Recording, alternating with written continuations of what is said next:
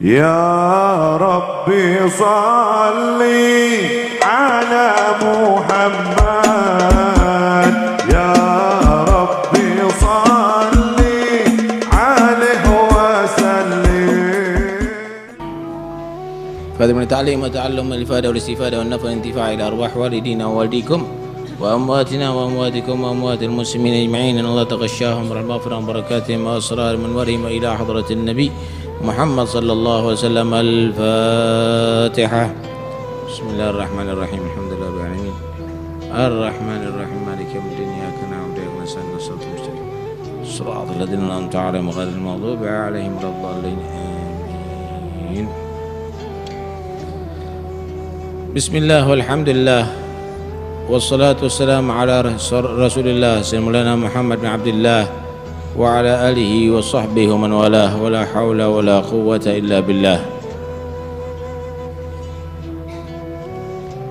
Karena beberapa hari lagi kita memasuki hari raya kurban, maka sesuai dengan yang diharapkan oleh Takmir Masjid Al-Anwar, kita akan menerangkan masalah kurban yang berkaitan dengan hukum fikihnya. Udhiyah atau kurban adalah artinya menyembelih hewan kurban,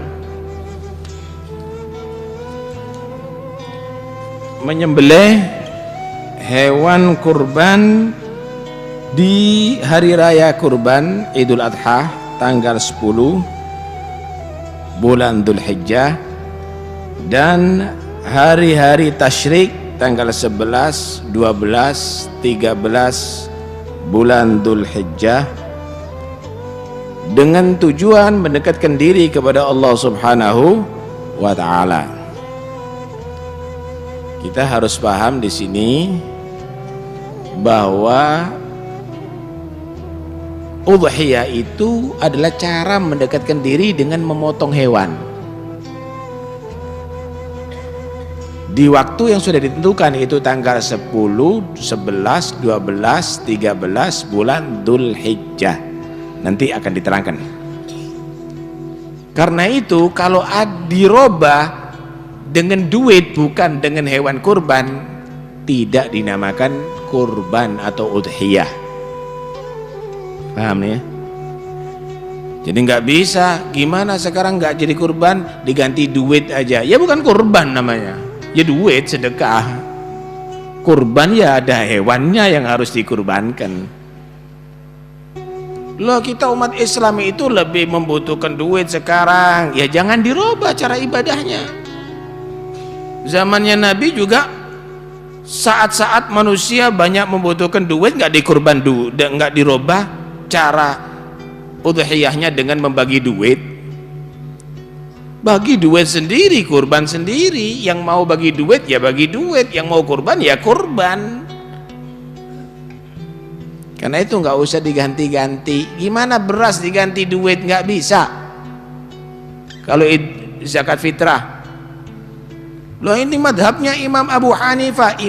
Madhabnya Imam Abu Hanifah itu ukurannya bukan dengan beras tapi gandum. Berapa harganya gandum? Tambah mahal. Karena itu jangan berfatwa tanpa dasar, sehingga ibadah itu benar-benar sah sesuai dengan ajaran syariah.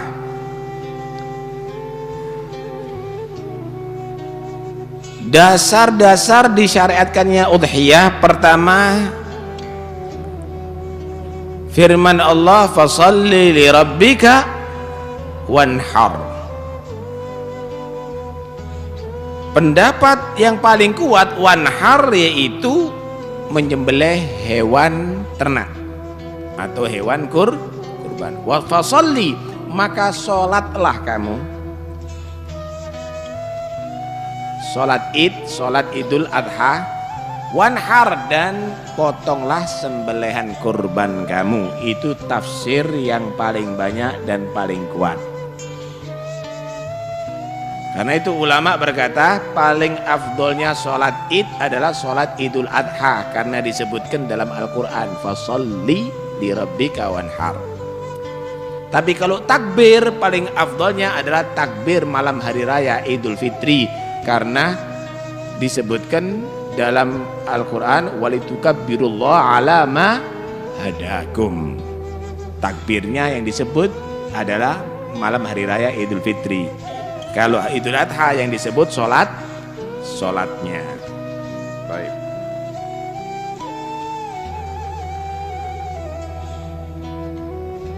Dalam hadis riwayat Bukhari Muslim, hadis daripada Anas bin Malik, dhahan Nabiyyu sallallahu alaihi wasallam bikabshain amlahain agranain dabahahuma biyadihi wa samma wa kabbara wa wada'a rijlahu ala sihafihima.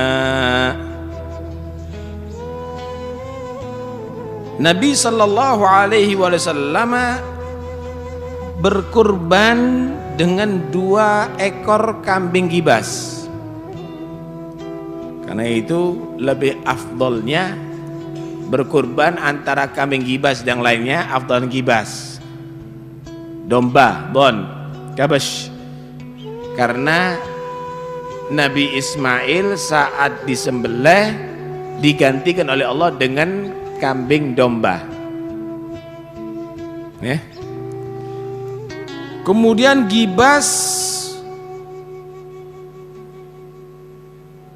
yang bertanduk, artinya yang gede, yang punya tanduk.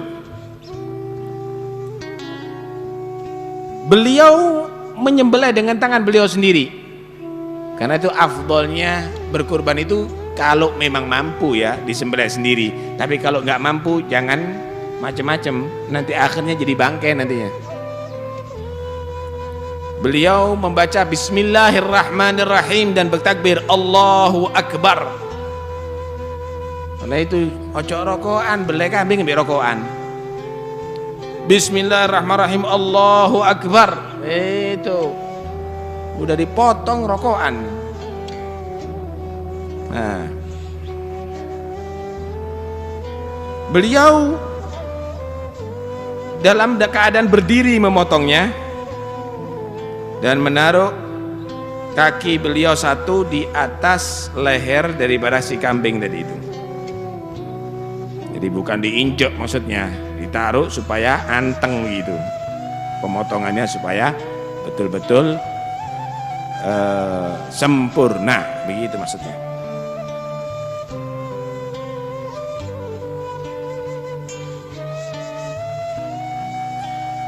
Apa hikmahnya berkurban?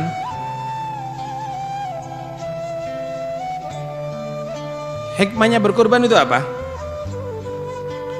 Mencukupi kebutuhan fakir miskin di saat Idul Adha. Sebagaimana zakat fitrah mencukupi kebutuhan fakir miskin di saat Idul Fitri dengan beras, kalau ini dengan daging. Paham ya? Jadi biarlah merayakan hari raya tadi itu dengan daging, dengan sate, dengan gulai yang biasanya istiqomah tempe, istiqomah tahu dan terong, maka di saat itu dia merayakan hari raya dengan makan daging. Subhanallah hikmahnya. Jadi bagi-bagi kenikmatan itu. Jangan kalau nikmat kamu aja yang nikmat, yang lainnya nggak nikmat. Satu saat perlu untuk yang lainnya jaya nikmat bersama, nikmat masal. Kalau kita kan nggak melarat masal. Kenapa? Yang jadi pejabat korupsi semuanya, repot. Yang jadi hakim korupsi ketuanya. Ya udah masalah mah dah kalau begitu. Tapi lihat bagaimana Islam diajak nikmat bersama, bukan menikmati pribadi, membiarkan yang lainnya dalam kesengsaraan. Nah, hal yang demikian nggak usah diangkat jadi pejabat, karena mereka itu adalah penjahat.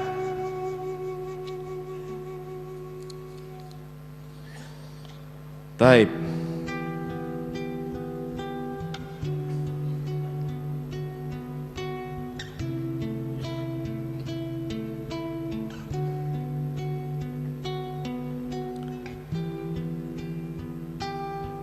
Berkurban hukumnya bisa disebut sunnah kifayah, bisa dikatakan sunnah ain muakkadah, bisa disebut wajib.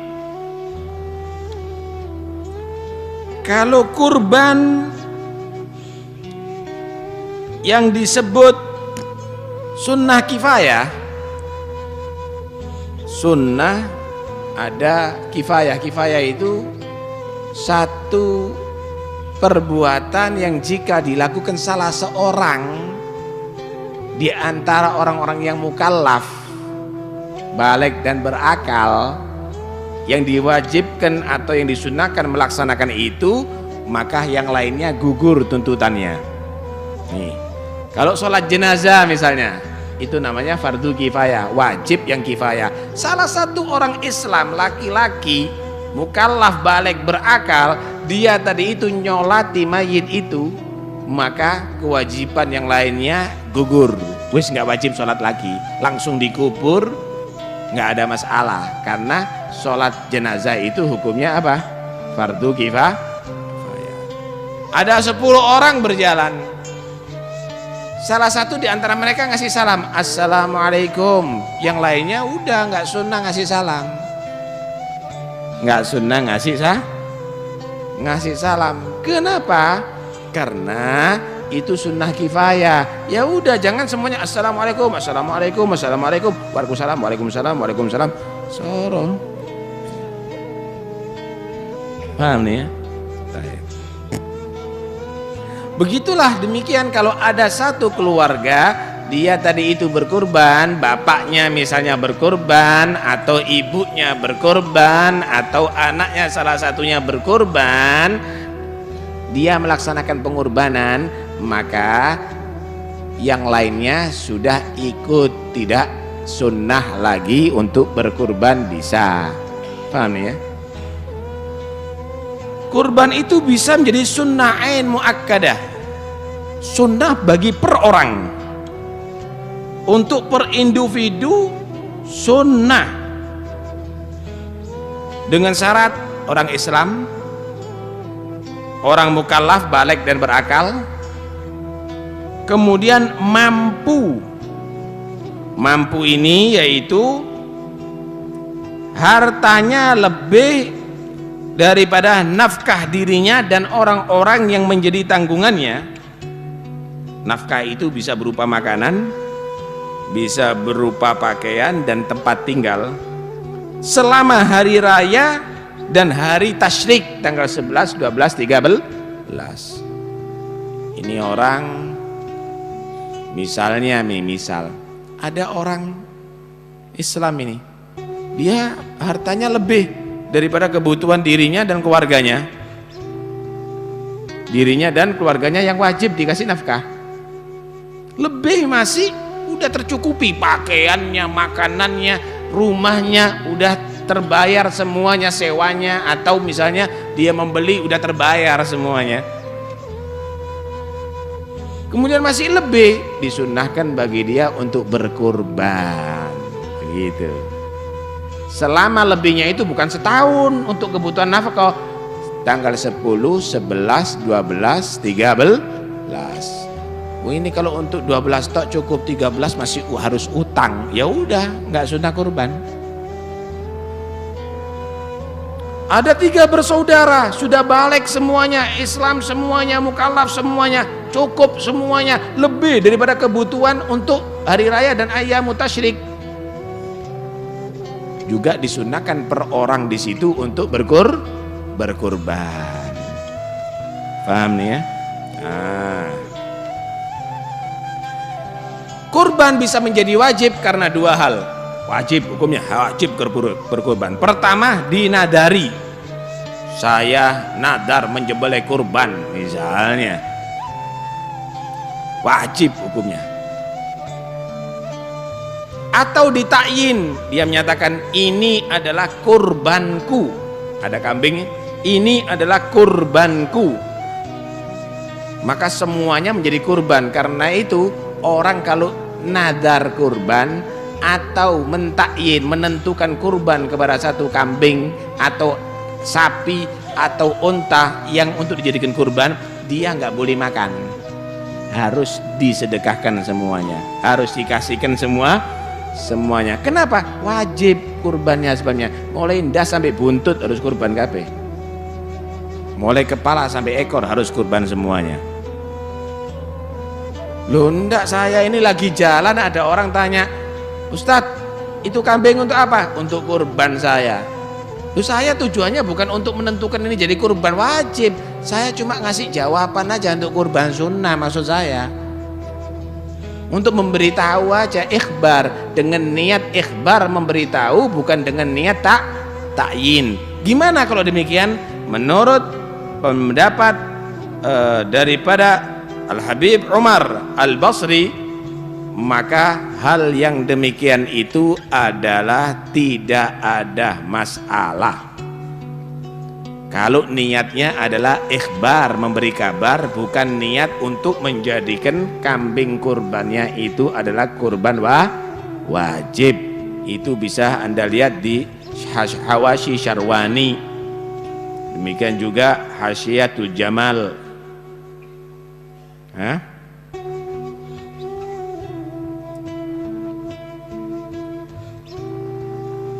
Jadi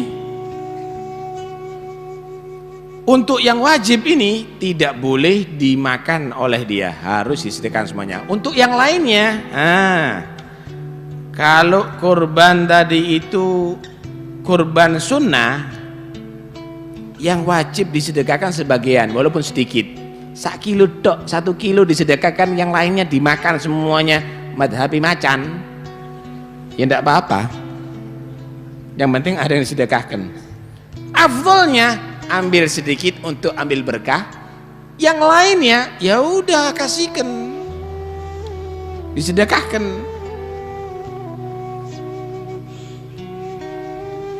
Normalnya dibagi 3. 1/3 dimakan dia sama keluarga, 1/3 untuk sedekah, 1/3 mungkin dikasihkan family sekalipun kaya,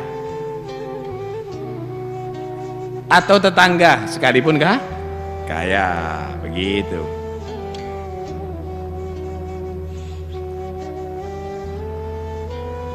Hewan yang bisa dijadikan kurban hanya 3.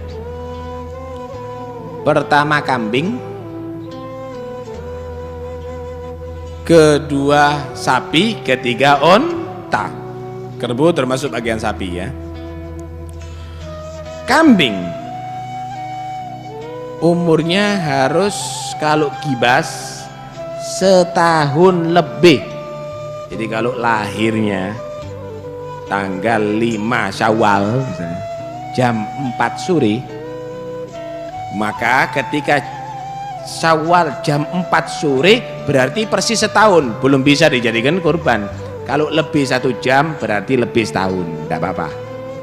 Lebih setengah jam ya lebih. Nah Ustadz, tidak ada sensus ini, sensus kambing tidak ada.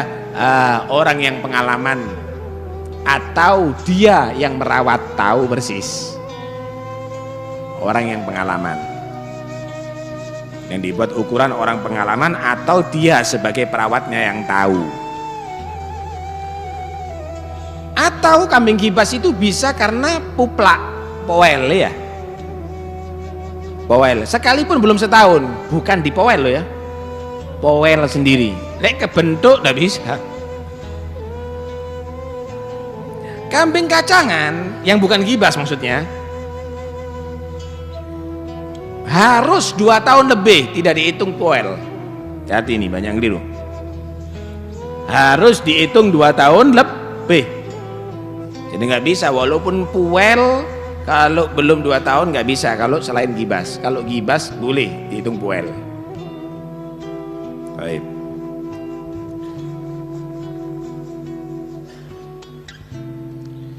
Untuk sapi umurnya 2 tahun lebih, di bawah 2 tahun nggak bisa. Untuk unta 5 tahun lebih. Selain 3 hewan ini nggak bisa dibuat kurban. Kijang nggak bisa, kuda nggak bisa, ayam nggak bisa. Tetapi madhab Ibn Abbas, ada riwayat dari Ibn Abbas, yang penting ada tumpah darah, artinya ada yang disembelih, ada tetesan darah, nggak ada masalah. Karena itu bagi yang nggak mampu membeli kambing, beli ayam diniatkan kurban, ngikuti pendapat Ibn Abbas. Tapi yang nggak mampu, yang mampu ojo tuku betik medit, beli kambing yang gemuk.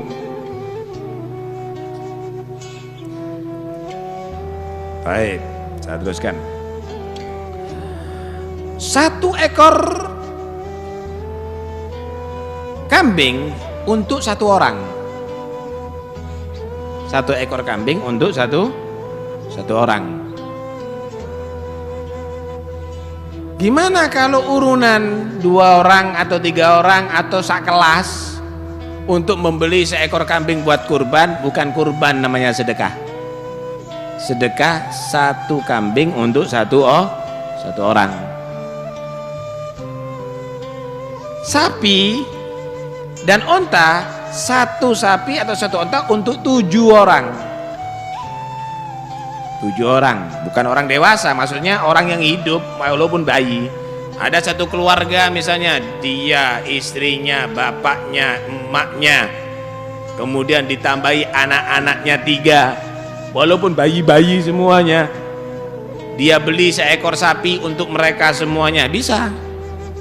1 sapi untuk 7 orang. Atau 7 orang urunan, naruh duit semuanya, harganya sapi misalnya 7 juta urunan, kemudian beli sapi, bisa. 1 sapi dinaikkan 7 orang. Begitu juga 1 onta. Mana yang lebih afdal?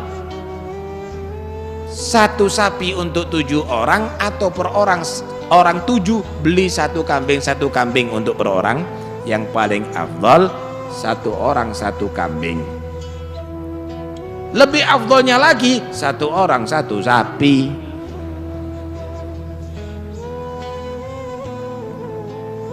Nah,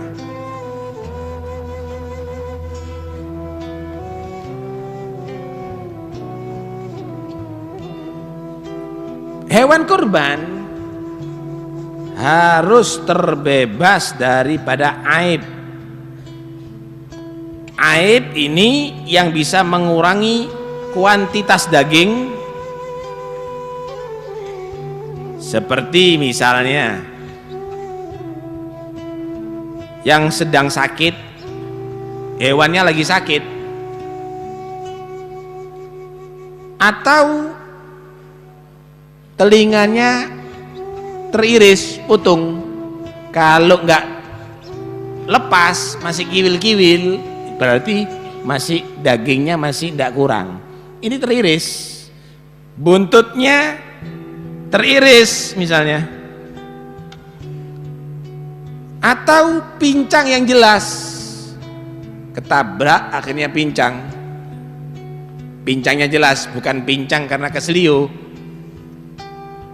pincang asli misalnya, atau pincang karena memang terpotong kakinya atau pendek 1 kakinya, atau kambing, sapi, atau onta yang gila. Ternyata ada yang gila loh, nggak ngenteni menungso, stres itu.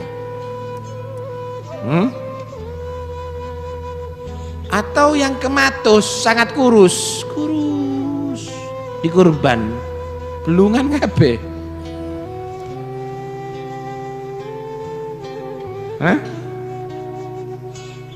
Nabi sallallahu alaihi wasallam bersabda, arba'un la tujzi'u fil adhahi. Ada 4 kriteria kurban yang tidak sah. Al-aura'ul bayyin, al-aura'ul al-bayyinu auruha, yang jelas buta. Buta, bukan sakit mata. Salah satunya atau dua-duanya.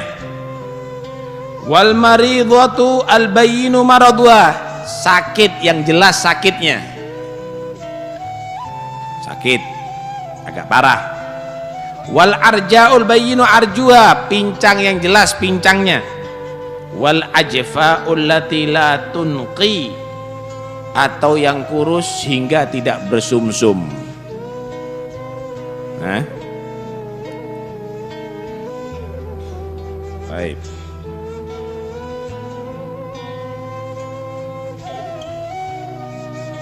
Waktu penyembelihan dibolehkan untuk menyembelih hewan ketika tanggal 10 bulan Dzulhijjah, matahari udah terbit setinggi 1 tombak, ditambahi waktu untuk sholat id dan khutbah 2 hari raya. Kira-kira khutbah 2 hari raya dan sholat id perlu berapa waktu? Anggap 20 menit sampai 25 menit. Terbit matahari tanggal 10 Dzulhijjah ditambah 16 menit, itu 1 tombak, ditambahi lagi 20 menit atau 25 menit, itu boleh dipotong. Loh, ini belum selesai khutbahnya, nggak ada masalah, boleh. Cuma afdolnya dipotong setelah pelaksanaan ibadah sholat dan khutbah selesai. Gitu. Sampai kapan? Sampai tanggal 13 Dzulhijjah, terbenamnya matahari maghrib. Jadi kalau hari rayanya Selasa insyaallah, berarti Rebo tanggal berapa? 11. Kemis tanggal berapa? 12. Kemudian Jumat tanggal berapa? 13. Maghrib malam Jumat, ya wes nggak sah berarti. Tidak sah berarti.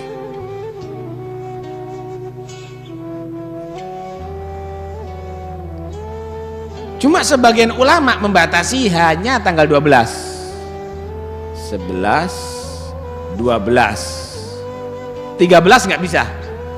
Karena itu afdolnya keluar daripada khilaf, Anda sembelih jangan tanggal 13, 10, 11, 12 maksimal, untuk supaya keluar daripada khilaf, perbedaan pendapat ulama.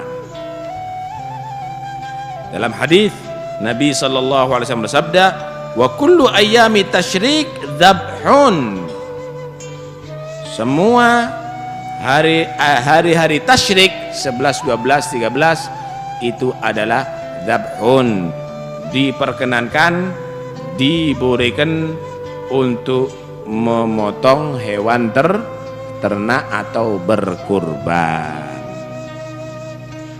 Nah,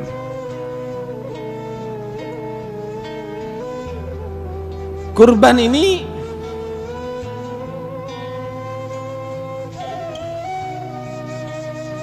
harus diniatkan. Kurban ini harus diniatkan, wajib diniatkan. Jika berupa kurban sunnah, wajib niat.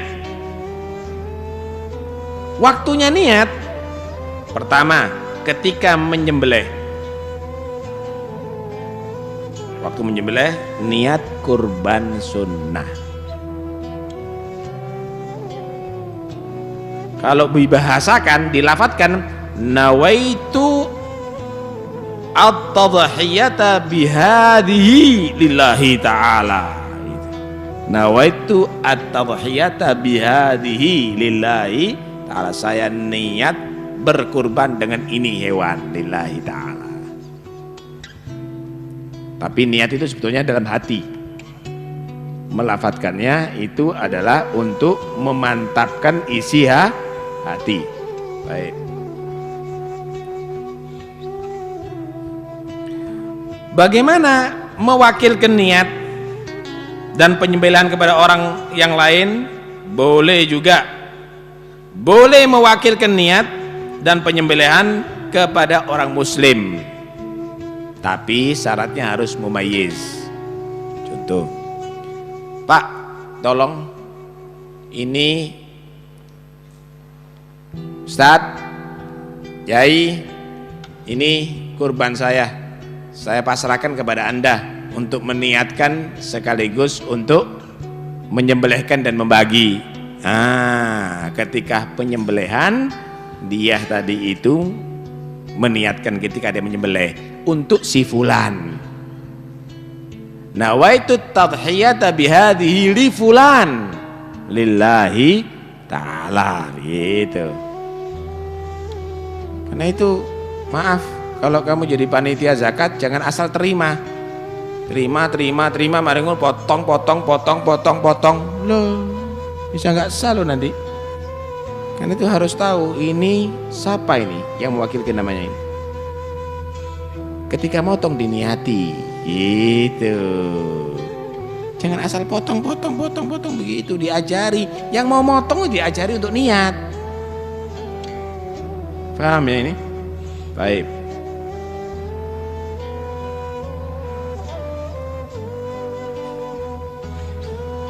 Ada niat kurban tapi tidak wajib. Jika menentukan hewan kurban, yaitu ta'yin tadi itu, ketika bernadar, misal saya nadar kambing ini saya kurbankan, tidak pakai niat sudah, karena sudah ditentukan kambing yang dinadari untuk dikurban tadi itu. Saya niat sapi ini, saya nadar sapi ini saya kurbankan, tidak perlu diniati lagi sudah. Kenapa? Sudah ditentukan nadarnya. Saya nadar kurban, belum beli sapi, belum menentukan mana yang mau akan dipotong. Kalau sudah begitu, jika nadar tanpa menentukan, maka tetap wajib niat ketika penyembelihan. Paham ya? Wajib ketika penyembelihan, wajib niati. Atau misalnya mentakyin hewan kurban.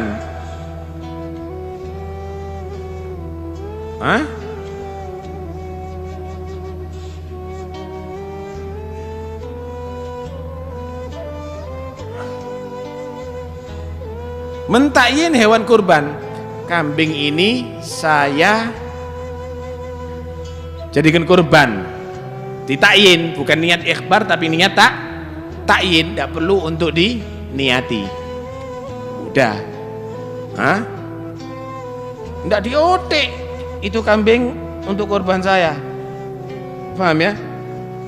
Itu sudah saya tentukan untuk kurban saya takyin. Ya sudah, tidak pakai niat tidak apa-apa karena sudah wajib. Yaitu yang harus dipotong.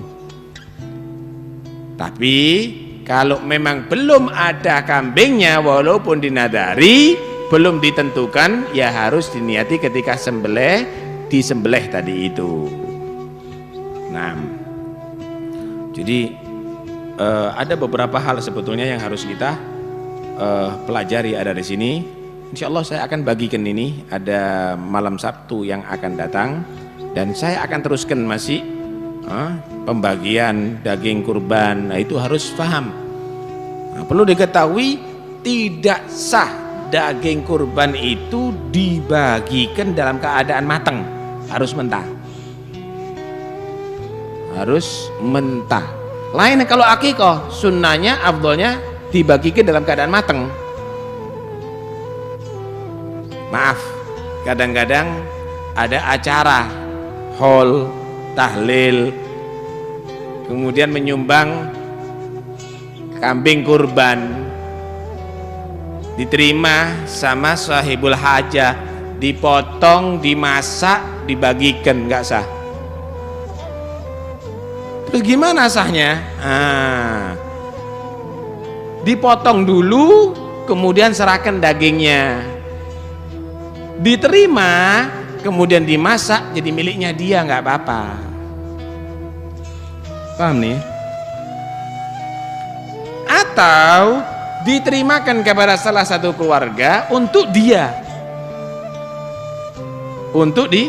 dia. Kemudian setelah itu baru dipotong, kemudian dikasihkan kepada keluarga yang lainnya untuk dimasak, dibuat acara. Nggak apa-apa, karena itu hati-hati, jangan keliru. Nanti akhirnya dibagikan dalam keadaan mateng sebelum dihai oleh orang, maka itu bisa nggak sah nantinya. Nanti ada beberapa hal yang akan kita bahas pada pengajian berikutnya. Wallahu a'lam. Insyaallah akan kita bagikan ini buletin. Al-Fatihah. La ya Allah binadhara min al-'ain ar-rahimah tudawi kull ma bi min amradin saqim.